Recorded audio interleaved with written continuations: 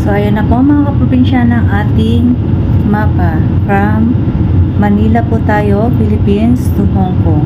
So, ayan po. Nandiyan na po tayo sa Himpapawid. Yan, makikita po natin dyan sa ating mapa.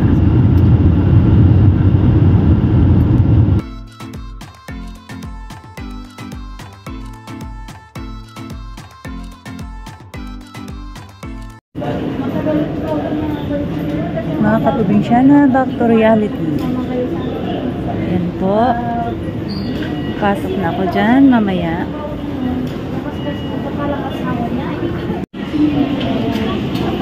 So, ayan po mga kaprobinsyana yung aming sasakyan. Back to reality. Ayan po yung ground ng airport. So, ayan po. Pasok na ako sa tube na yan. There.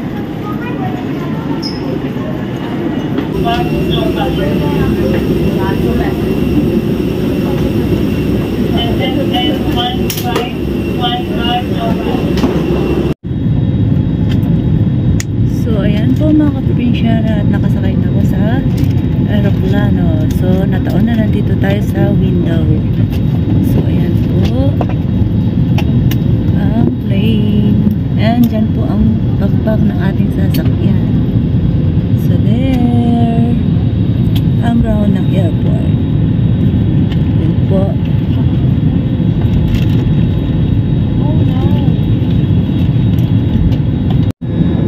So, ayan, bale yung mga gate 109, 107, 108 at ang amin is 110. So, ayan po yung tube na yan, nakikita nyo po yan. Yan po dinudugtong ang plane para makapasok ang mga pasahero.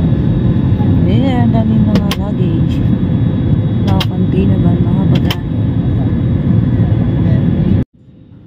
There you go, at magte-take off ng ating plane. So, ayan po ang ating plane, on the go na siya. So, we're gonna fly.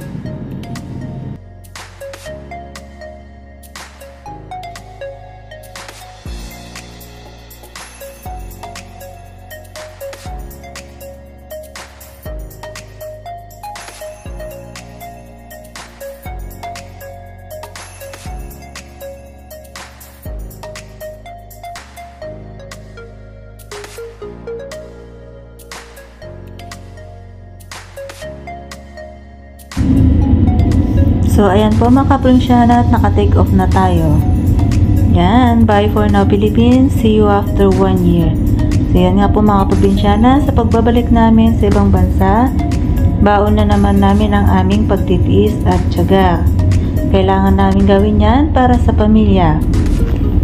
Kaya sa mga naiwan po sa Pilipinas, hindi lang po ako kundi sa lahat po ng mga pamilya ng OFW na naiwan sa Pilipinas, bigyan po ng halaga, pangalagaan po ang pinaghirapan ng inyong mahal sa buhay.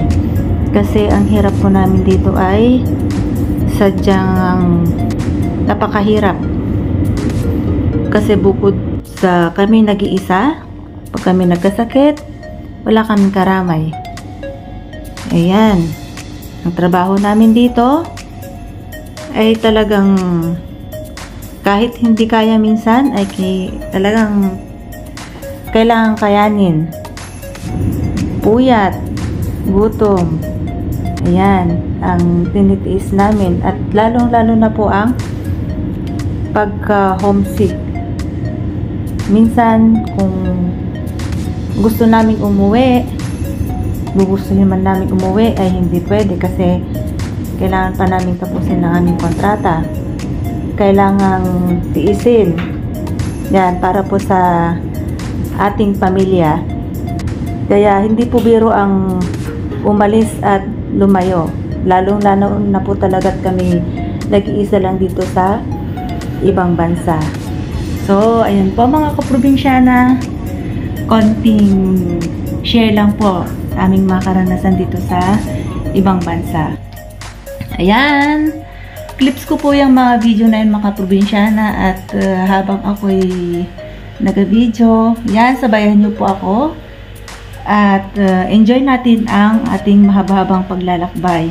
So, ayan po yung biyahe niyan ay from Manila to Hong Kong. So, nasa 45 to 1 hour po yan. And then, sa Hong Kong po ay maghihintay tayo ng mga 3 to 4 hours. So, ayan po. Nakikita natin dyan sa mapa ang ating location. So, ayan. Malapit na tayo sa Hong Kong. So, ayan po. Paghihintay natin sa Hong Kong ay 4 to 5 or 3 to 5 hours. Ayan po. Para hintayin natin ang ating susunod nating plane. So, from Hong Kong to Dubai, siguro mga nasa 7 to 8 hours. Maximum 7 po yan. So, depende po sa crew natin, sa pilot. So, ayan po mga kaprobinsyana, samahan niyo po ako sa ating paglalakbay hanggang sa makarating tayo sa ating patutunguhan. So, yan mga probinsyana, tanaw nyo po ang magandang tanawin sa Impapawid. So, yan po, malapit na tayo sa Hong Kong. At, yan, update ko po kayo mga kaprobinsyana maya-maya kung tayo nakarating na sa Hong Kong. Bye for now!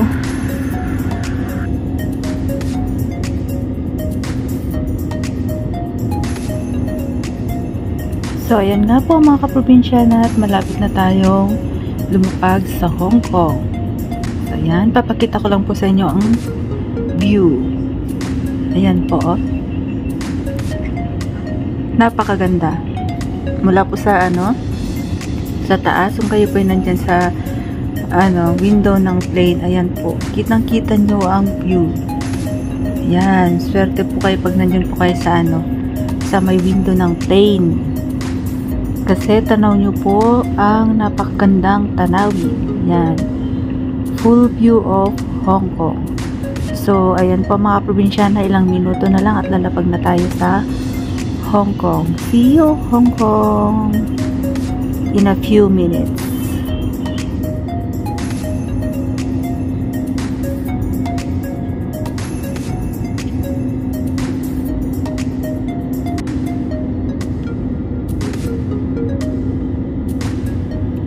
Ayan nga po mga probinsyana, hindi ko pa maiwasang hindi mag-comment. So, kasi napakaganda po talaga yung view. Ayan po, oh. Tingnan nyo po yung mga buildings. Iisipin po natin paano kaya nila tinayo dyan sa gitna ng dagat, no? Ayan. Parang ang labas po niyan ay lake lang siya, hindi dagat. Pero sa totoo lang yan ay straight po yan na dagat. Ayan, napakaraming barko.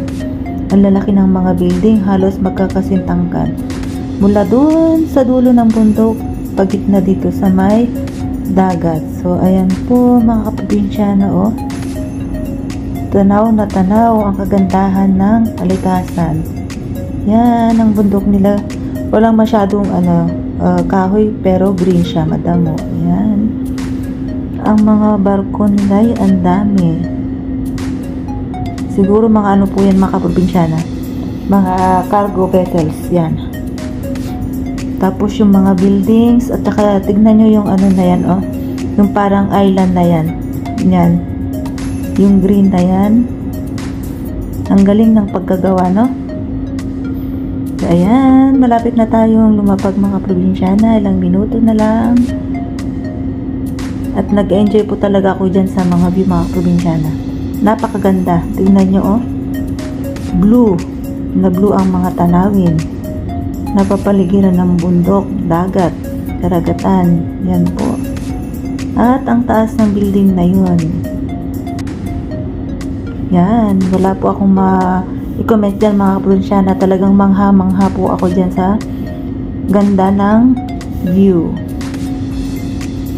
Ayan. sabayan niyo ako mga kaprobinsyana habang tayo'y tumatanaw sa mga kalikasan, sa kagandahan ng kalikasan.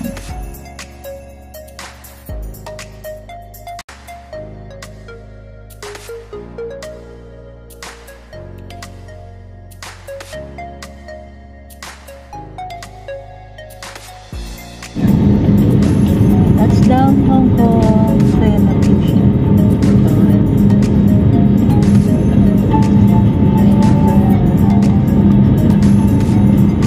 Then transfer to UAE.